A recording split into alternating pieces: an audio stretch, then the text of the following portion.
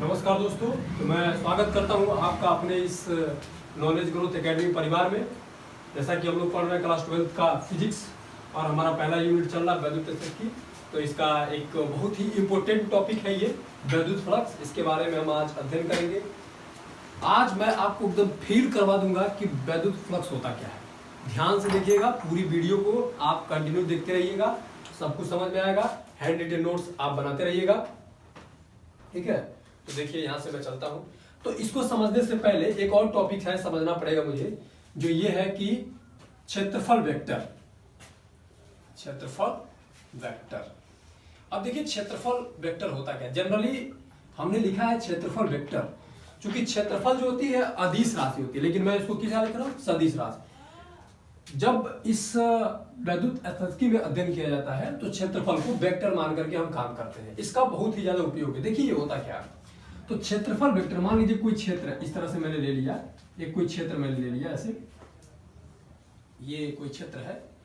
तो इस क्षेत्र का क्षेत्रफल वेक्टर वो वेक्टर होता है जिसका क्षेत्रफल तो यानी कि जिसका परिमाण, देखिए वेक्टर जो होता है दो राशियों से मिलकर के बना होता है। एक तो होता है आपकी परिमाण होता है और दूसरा होता है दिशा। इन दो चीजों से मिलकर के बना होता है। तो अगर बात करें इसके परिमाण की, तो इस क्षेत्र के क्षेत्रफल के बराबर होगा, और जो दिशा होगी इस तल के लंबवत बाहर की ओर होगी, जिसे हम एन कैप से रिप्रेजेंट करते हैं। ये एक यूनिट वेक्टर होता है। यूं समझ लीजिए, जैसा कि मान लीजिए कि ये जैसे कि कोई, मान लीजिए जैसे कि ये कोई सरफेस है। इस सरफेस का अगर क्षेत्रफल वेक्टर देखेंगे तो उसका जो परिमाण होगा उस इस क्षेत्र के क्षेत्रफल के बराबर होगा, लेकिन जो दिशा होगी इस तल के लंबवत क्या होगी, बाहर की ओर होगी या अंदर की ओर हो सकती है। जैसे यूं समझिए कि ऐसे हम डाल दिए तो या तो अंदर की तरफ हो सकती है और या बाहर की तरफ हो सकती है। तो ये चीजें होता है। तो इसको थोड़ा सा हम लिखेंगे, आप लिख लीजिए आराम से, फिर उसके बाद आगे थोड़ा सा डिस्कस करेंगे। यानी कि क्षेत्रफल वेक्टर वह वेक्टर होता है, क्षेत्रफल वेक्टर वह वेक्टर होता है, वह वेक्टर होता है जिसका परिमाण उस क्षेत्र के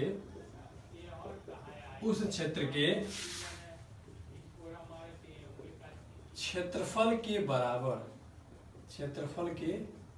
बराबर तथा दिशा तल के लंबवत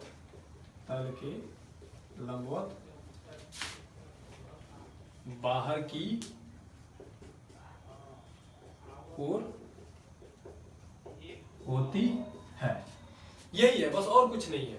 अब इसको आप नोट बना लीजिए, स्क्रीनशॉट ले लीजिए, और जस्ट मैं इसको रब करके इरेज करके अब हम अपनी मेन टॉपिक पे डिस्कस करते हैं, जो बहुत ही इंपॉर्टेंट है। ये बोर्ड एग्जामिनेशन में इसका हम गॉस थ्योरम का प्रयोग करेंगे, तब भी इसको हम देखेंगे। तो अभी आप इसको जल्दी से नोट कीजिए और मैं अभी वो करता हूं।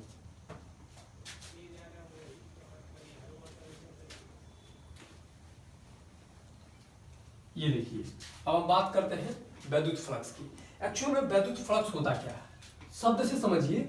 वैद्युत का मतलब हो जाएगा वैद्युत बल रेखाएं, और फ्लक्स का मतलब हो जाएगा बहना। यानी कि किसी क्षेत्र से होकर के बहने वाली जितनी वैद्युत बल रेखाएं होती हैं, उसी को हम क्या कहते हैं, वैद्युत फ्लक्स कहते हैं। मैंने क्या बताया, वैद्युत का मतलब होता है, इस वैद्युत का मतलब होता है वैद्युत बल रेखाएं। ध्यान से समझिएगा, वैद्युत बल रेखाएं, और फ्लक्स का मतलब होता है बहना, वहना, या कह सकते हैं गुजरना। ये भी कह सकते हैं इसको गुजरना। यानी कि किसी क्षेत्र से होकर के, और वो क्षेत्र कहाँ रहना चाहिए, किसी वैद्युत क्षेत्र में रहना चाहिए, क्योंकि बिना वैद्युत क्षेत्र का वैद्युत बल रेखाएं आएंगे नहीं, जो हमने अभी प्रीवियस लेक्चर में बताया हुआ है।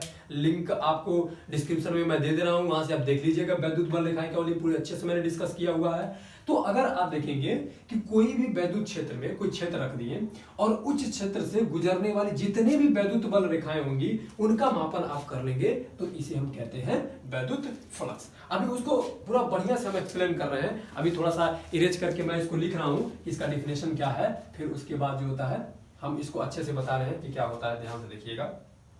जैसे कि किसी वैद्युत क्षेत्र में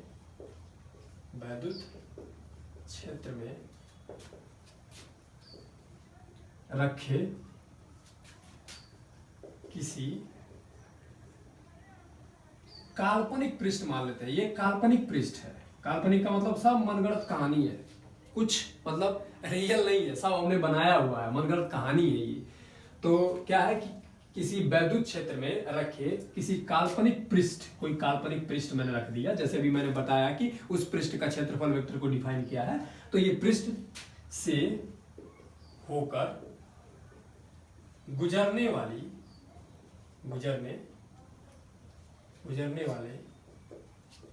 वैद्युत बल, या इसको क्षेत्र भी कहते हैं, वैद्युत बल रेखाओं की संख्या की माप,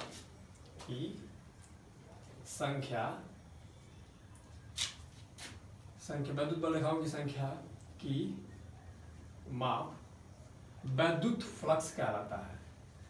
वैद्युत फ्लक्स कहलाता है। ये रहा आपका डिफिनेशन।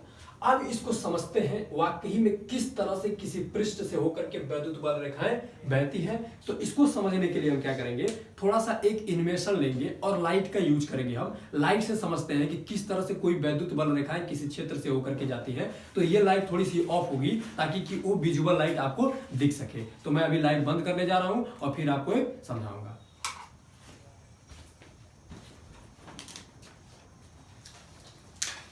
अब देखिए जैसे कि क्या है, देखिए जैसे कि ये एक पृष्ठ है और इस पृष्ठ पे मैं एक लाइट डाल रहा हूं, ऐसे यूं देखिए ये लाइट में डाल रहा हूं। तो ये अगर लाइट हम डाल रहे हैं तो ये जो लाइट मैंने एक ऐसे करके एक सरफेस बना रखा है इस पे, और इस पे जब मैं लाइट डाल रहा हूं तो ये लाइट आप देख सकते हैं वहां पे जा रहा है यूं करके। जैसे कि अगर मैं इसको बनाना चाहूं तो आप ऐसे देख रहे हैं कुछ ऐसा करके, यहाँ पे ऐसे कुछ एनिमेशन यहाँ पे बन रहा है, यहाँ पे इस टाइप का कुछ बन रहा आपको दिखता होगा बनते हुए। ऐसे देखिए बिल्कुल, ये देखिए ये अभी बन रहा है वहां पे लेजर लाइट जब जा रहा है। तो यानी कि इसका मतलब ये है कि इस पृष्ठ से होकर के जो ये लाइट है वो पास कर रही है, रेज यानी कि किरण पास कर रही है। सेम उसी प्रकार से किसी पृष्ठ से होकर के वैद्युत बल रेखाएं पास करती हैं। अभी अगर मैं ऐसे कर रहा हूं तो छोटा हो जा रहा है, और ऐसे कर रहा हूं तो देखिए ऐसे करने पर छोटा हो जा रहा है, और ऐसे करने पर क्या हो जा रहा है, थोड़ा सा बड़ा हो जा रहा है। यानी कि इसके क्षेत्रफल पर भी निर्भर कर रहा है। अभी आगे मैं अब लाइट ऑन हो रहा, आप समझिए अच्छे से। होता ये है कि अब हम आ जाते हैं यहाँ पे। अब देखिए लाइट ऑन हो गया। अब मैं समझ, जिस तरह से कोई पृष्ठ था, देखिए पृष्ठ कैसे था, मैं आपको दिखा रहा हूं किस तरह से पृष्ठ था। वो ऐसे करके पृष्ठ था। ये देखिए एक बड़ा सा मैंने पृष्ठ लिया था, सरफेस लिया था यूं ऐसे करके, ऐसे एक बड़ा सा मैंने सरफेस लिया था इस तरह से एक बड़ा सा सरफेस मैंने लिया था ऐसे, ये रहा सरफेस। तो इस तरह से एक सरफेस था और उसमें एक छोटा सा मैंने कट किया था, और उस कट से मैं लाइट को पास कर रहा था। जिस प्रकार से किरण पास कर रही थी उसी प्रकार से किसी वैद्युत क्षेत्र में रखे वैद्युत क्षेत्र में रखे किसी क्षेत्र से वैद्युत बल रेखाएं पास करती हैं। सेम उसी प्रकार से जिस प्रकार से अभी इस क्षेत्र से लाइट पास कर रही थी, रेज निकल रही थी, सेम उसी प्रकार से किसी वैद्युत क्षेत्र में रखे पृष्ठ से वैद्युत बल रेखाएं भी पास करती हैं। आपको एकदम फील हो गया होगा कि किस तरह से पास करती है। अब हम क्या करेंगे, इसका मापन कर लेंगे तो हमारा फॉर्मूला आ जाएगा। एक्चुअल में देखिए ये होता क्या है, कहा जाता है कि इसको, यह जो होता है ऐसे इसका डिफिनेशन लिखा जाता है, थोड़ा सा और बढ़ा के लिखते हैं कि यह जो होता है वैद्युत क्षेत्र की तीव्रता, वैद्युत क्षेत्र की तीव्रता तथा क्षेत्रफल वेक्टर, जो पृष्ठ मैंने लिया ना, तो पृष्ठ के क्षेत्रफल वेक्टर, इसीलिए मैं क्षेत्रफल वेक्टर पढ़ाया हूं। क्षेत्रफल वेक्टर के अदिश गुणन, कि क्या है, अदिश गुणन के बराबर होता है। तो इसको हम क्या करते हैं, देखिए फाई ई से प्रदर्शित करते हैं। फाई मतलब वैद्युत फ्लक्स को प्रदर्शित कर रहा है, ई का मतलब हो जाएगा इलेक्ट्रिक। तो इसको रिप्रेजेंट करते हैं, यानी कि वैद्युत क्षेत्र की तीव्रता को हम ई से रिप्रेजेंट करते हैं, वेक्टर ई, और इसके बीच का क्या अदिश गुणन का मतलब डॉट प्रोडक्ट की बात करेंगे तो ये हो जाएगा आपका, चलिए डीए ले लेते हैं, छोटा सा कोई क्षेत्र लिया मैंने, ये छोटा सा, बड़े से पृष्ठ का छोटा सा क्षेत्र, तो ये हो गया। तो इसको अगर हम करेंगे तो हम जानते हैं कि मान लीजिए कहीं पे अगर लिखा है इस तरह से vector A dot vector B, आप फर्स्ट ईयर में पढ़ोगे, ये होता है क्या, ए बी कॉस थीटा। तो अगर यहाँ देखेंगे तो यहाँ पे ई और डी ए है, तो यहाँ पे लिख सकते हैं ई और डी ए, और यहाँ पे लिखेंगे क्या, कॉस थीटा। इस तरह से आप लिख सकते हैं। थीटा का मतलब क्या, जो मैं घुमा रहा था, अभी मैं इसमें दिखाऊंगा। तो ये इसका क्या होता है, ये इसका फॉर्मूला होता है, आपको यही तक लिखना है, लेकिन मैं आपको डिराइव करके दिखाता हूं कि किस तरह से इसको मापेंगे तो इतना आ जाएगा। जैसे कि समझिए ध्यान से, अगर मैं बात करूं, जो रेज पास कर रही थी, थोड़ी सी रेज किस तरह से जा रही थी उसको ध्यान से देखेंगे अगर आप, तो इसी तरह का कुछ एनिमेशन बना था, ऐसे करके ऐसे, और यहाँ पे ऐसे, और ये ऐसे करके, ऐसे ही करके कुछ यहाँ पे ऐसे बना था, ये हो गया। और यहाँ पे ऐसे कुछ करके ऐसे देखिएगा, थोड़ा सा मैनेज कीजिएगा, ऐसे ही करके कुछ ये बना हुआ था, यूं ऐसे, ठीक है। तो ये ऐसे ही करके जो होता है इसमें चीजें बनी हुई थी। अब यहाँ से जो होती है, ये रेज पास कर रही थी इस तरीके से रेज इस अंदर पास कर रही थी। कुछ रेज इधर भी जा रही थी, लेकिन इस पृष्ठ से रुक जा रही थी, और इस पृष्ठ में कुछ रेज पास कर रही थी। इन्हीं का अगर हम मापन कर लेंगे तो उसी मापन को हम कहते हैं वैद्युत फ्लक्स, जो हमारा फॉर्मूला यही निकल के आता है। अब इसको हम समझाना चाहते हैं, डिराइव करना चाहते हैं कि किस तरह से यह आया। मान लीजिए थोड़ी देर के लिए मैं क्या कह रहा हूं कि इसका जो क्षेत्र है, तो इसको, इसकी लंबाई मैं एल ले लिया और चौड़ाई मैं थोड़ी देर के लिए बी ले रहा हूं। लंबाई मैंने क्या लिया, एल लिया, और चौड़ाई थोड़ी देर के लिए मैंने बी ले लिया। तो होता क्या है, जैसे कि मान लीजिए थोड़ा सा, अगर मान लीजिए एक बोरा है, और इस बोरे में पैकेट करके उसमें क्या रखे हुए हैं, आलू रखे गए हैं। मान लीजिए कि एक पैकेट में 5 आलू है। कितने हैं, 5 आलू रखे गए हैं, ध्यान से समझिएगा, 5 आलू रखे गए हैं। तो अगर मुझे और इस बोरे में कुल 50 पैकेट है, तो कुल बोरे में कुल आलू की संख्या अगर निकालना, तो मैं क्या करूंगा, 50 से गुणा करा दूंगा, 50 से गुणा करा दूंगा, तो हमारा निकल के आएगा 50 का, ऐसे निकल के आ जाएगा पूरी कितनी आलू है। सेम उसी प्रकार से अगर रेज की संख्या पूरी वैद्युत बल रेखा, इसको अज्यूम कर लिए आपकी वैद्युत बल रेखा है, तो इस वैद्युत बल रेखा का मापन हमें करना है। तो एकांक क्षेत्रफल, जैसे कि एक पैकेट, एक को एकांक बोला जाता है, जैसे एक पैकेट मैंने लेगा, उसी प्रकार से यहाँ एकांक क्षेत्रफल में जाने वाले जितने भी बल रेखाएं हैं उनका, और गुणा करवा देंगे हम कुल क्षेत्रफल से। जिस प्रकार से यहाँ पे एक पैकेट में आलूओं की संख्या बटे गुणे कुल पैकेटों की संख्या, सेम उसी प्रकार से एकांक क्षेत्रफल से गुजरने वाले बल रेखाओं की संख्या गुणे कुल क्षेत्रफल, सेम उसी प्रकार से। तो मैं लिखूंगा एकांक क्षेत्रफल से गुजरने वाले बल रेखा गुणे कुल क्षेत्रफल। अब देखिए होता क्या है, एकांक क्षेत्रफल से गुजरने वाली वैद्युत बल रेखा को थोड़ी सी टेक्निकल टर्म में अगर बात करें, तो इसको हम कहते हैं बल रेखा घनत्व। ध्यान समझिएगा, अगर इसको थोड़ा सा और टेक्निकली बात करें हम इसको, तो एकांक क्षेत्रफल से गुजरने वाली वैद्युत बल रेखा को हम कहते हैं वैद्युत बल रेखाओं का संख्या घनत्व। तो मैं यहां कह सकता हूं क्या, कि बल रेखा का संख्या घनत्व। अभी देखिएगा, वैद्युत बल रेखा का संख्या घनत्व है ये, तो वैद्युत बल रेखा का संख्या घनत्व गुणित क्षेत्रफल कितना है, थोड़ी देर के लिए यही मान लेता हूं क्षेत्रफल है, जो लंबाई और चौड़ाई के बराबर होगा। ये एक तरह से आयताकार है। अब थोड़ा सा और टेक्निकली बात करें, बल रेखा का संख्या घनत्व की बात करते हैं। संख्या घनत्व है ये, ध्यान से देखिएगा, इसको संख्या घनत्व है। अब ध्यान से समझिए थोड़ा इसको, इस जो वर्ड है, मैं धीरे धीरे एक एक स्टेप करके उस वर्ड पे आना चाहता हूं, ध्यान से देखिएगा। अब इसको थोड़ा सा टेक्निकली मैंने संख्या घनत्व कहा, अब फिजिक्स की लैंग्वेज में इसको क्या बोलेंगे। देखिए, जहां पर बल रेखा का घनत्व ज्यादा होगा, वहां पर बल रेखाएं ज्यादा होंगी, यूं कह ले, अभी मैं जब वैद्युत बल रेखा पढ़ा रहा था आपको, नीचे डिस्क्रिप्शन में उसका वीडियो है, आप वीडियो का लिंक है, आप वहां पे जाके पूरा वीडियो अच्छे से देख करके समझ सकते हैं कि वैद्युत बल रेखाएं होती क्या है। तो जहां पर जो होता है वैद्युत बल रेखाओं का घनत्व तो ज्यादा होता था, वहां पर वैद्युत क्षेत्र की तीव्रता अधिक होती थी, और जहां पर वैद्युत बल रेखाओं की संख्या घनत्व कम होती थी, वहां पर वैद्युत क्षेत्र की तीव्रता कम होती थी। एक बार और सुनिए ध्यान से, क्या कहना चाहते हैं हम, इसको थोड़ा सा कुछ लिखना चाहते हैं, वो आपको समझाना चाहते हैं। देखिएगा क्या, कि जहां पर वैद्युत बल रेखाओं का जो संख्या घनत्व अधिक होता है, वहां पर वैद्युत क्षेत्र की तीव्रता क्या होती है, अधिक होती है, और जहां पर वैद्युत बल रेखाओं का संख्या घनत्व कम होता है, वहां पर वैद्युत क्षेत्र की तीव्रता कम होती है। यानी कि इसका डायरेक्ट लिंक जो होता है वैद्युत क्षेत्र की तीव्रता से है। यानी कि ये कह सकते हैं कि ये जस्ट वैद्युत क्षेत्र की तीव्रता का पर्यायवाची है, सिनोनिम्स है। तो यहां पर मैं लिख सकता हूं कि वैद्युत क्षेत्र की तीव्रता, तो मैं यहां पे लिख लिया क्या, वैद्युत क्षेत्र की तीव्रता, वैद्युत क्षेत्र की तीव्रता। इतना समझ में आया?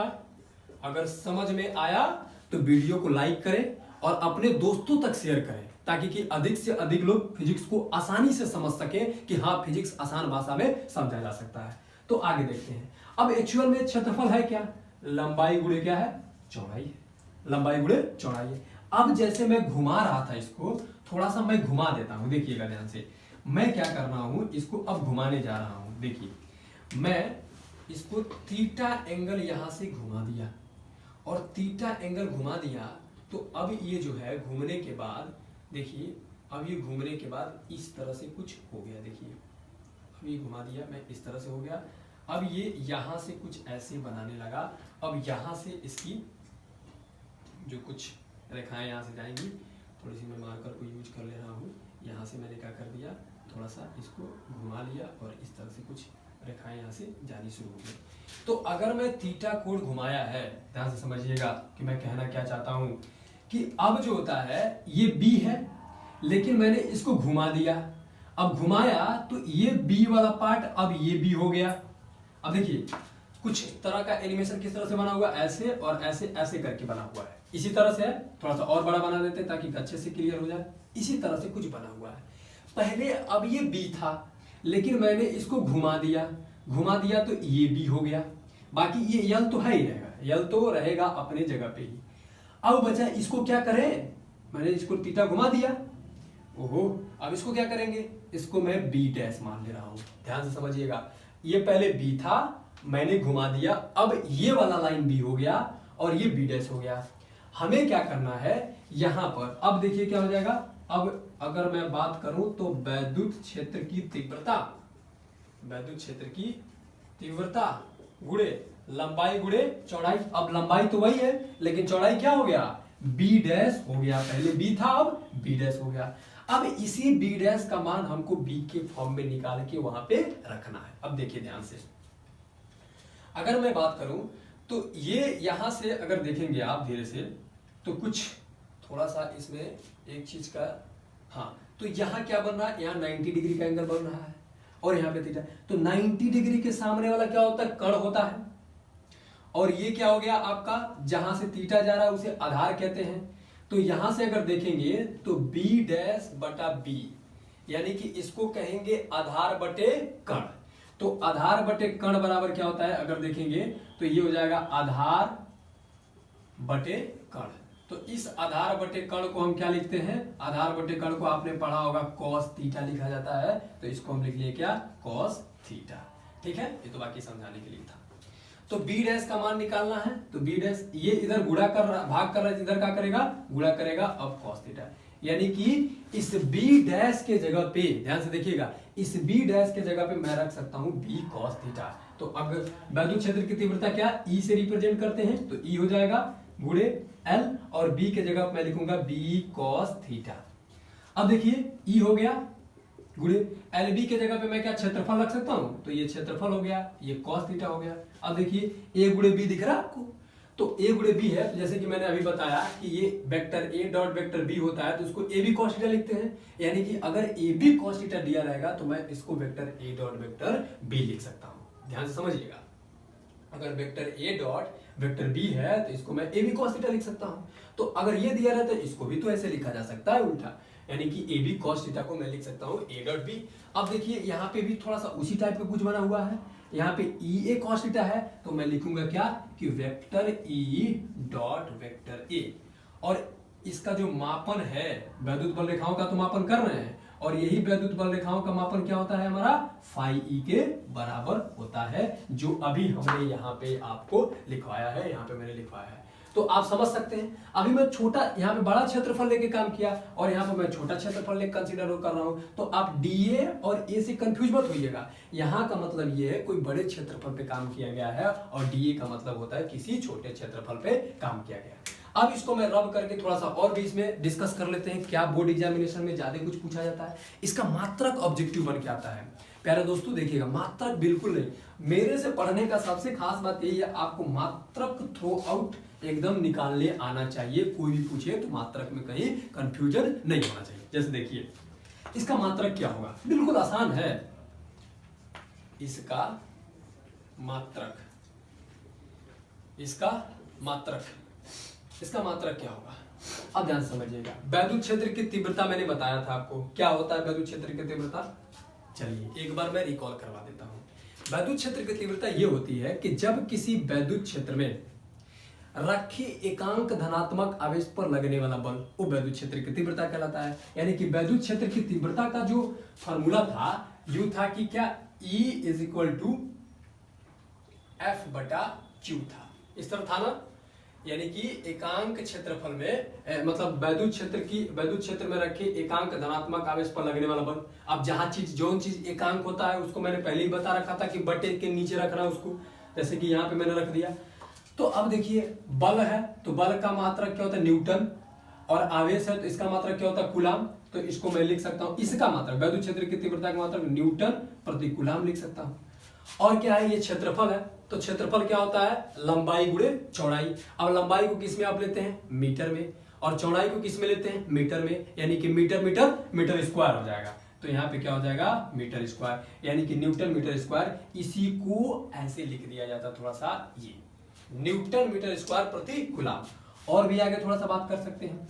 अब थोड़ा सा देखिए, अब क्या करना है ना दोस्तों, पिछले जो आपके दिमाग में ज्ञान है उसको जोड़ने का थोड़ा प्रयास कीजिएगा। देखिएगा कहना क्या चाहते हैं। जैसे कि मान लीजिए ये न्यूटन मीटर स्क्वायर है और प्रति कूलाम है। अगर मैं ध्यान दूं थोड़ी देर के लिए, इस मीटर को 2 बार लिख लेते हैं, यानी कि इसके सर पे 2, तो यानी कि 2 बार इसको लिख लिया हमने, 2 बार लिखा दिया। अब देखिए न्यूटन, अब देखिए अगर हम कार्य की बात करें तो बल गुणे विस्थापन हम पढ़े हैं, बल गुणे विस्थापन पढ़े कि नहीं पढ़े। बल क्या है न्यूटन है, विस्थापन क्या है मीटर है, और इसको हम क्या कहते हैं जूल में कहते हैं। कार्य का मात्रक क्या होता है जूल होता है। तो आप देख सकते हैं न्यूटन मीटर यहाँ भी है, तो इस न्यूटन मीटर के जगह हम जूल नहीं लिख सकते हैं, बिल्कुल लिख सकते हैं। तो मैं यहाँ लिखूंगा जूल और ये हो जाएगा मीटर प्रति कूलाम। तो यहाँ पे आप लिख सकते हैं क्या जूल मीटर प्रति कूलाम। अब एक चीज और की बात करते हैं, ये तो हमारा डायनेमिक वर्क था। अगर मुझे गतिकीय वर्क की बात किया था, अगर मुझे वैद्युत को कार्य की बात करना रहेगा, वैद्युत कार्य की, तो आप हाई स्कूल में एक परिभाषा फॉर्मूला पढ़ोगे कि क्या होता है कि W is equal to V into Q होता है। समझिएगा, W क्या है कार्य है, V क्या है वैद्युत विभवांतर है, और Q क्या है आवेश है। अच्छा, तो अगर हमें अगर आप थोड़ा सा और भी बात करें तो अगर मैं Q को इधर भेजूं W बाई क्यू और V बच जाएगा। तो यानी कि W को आप लिख सकते हैं जूल, क्योंकि कार्य का मात्रक जूल होता है, और आवेश का मात्रक क्या होता है कूलाम। तो ये हो गया क्या, और V का मात्रक क्या होता है वोल्ट, यानी कि जूल प्रति कूलाम को आप लिख सकते हैं मित्रों वोल्ट। तो यहाँ पे क्या रहेगा, और भी आप क्या लिख सकते हैं, यानी कि ये जूल प्रति कूलाम मीटर, यानी कि वोल्ट हो जाएगा। यानी कि देखिए जूल है प्रति कूलाम है और ये मीटर है, जूल प्रति कूलाम को आप लिख सकते हैं वोल्ट और ये मीटर हो जाएगा, यानी कि आप लिख सकते हैं वोल्ट मीटर। तो यानी कि इसके ये मात्रक हो गए। ये ज्यादा इंपॉर्टेंट है, ये वाला और इंपॉर्टेंट है, क्योंकि ये कॉम्पिटिटिव एग्जामिनेशन में भी आता रहता है और आपका उसमें भी आता रहता है।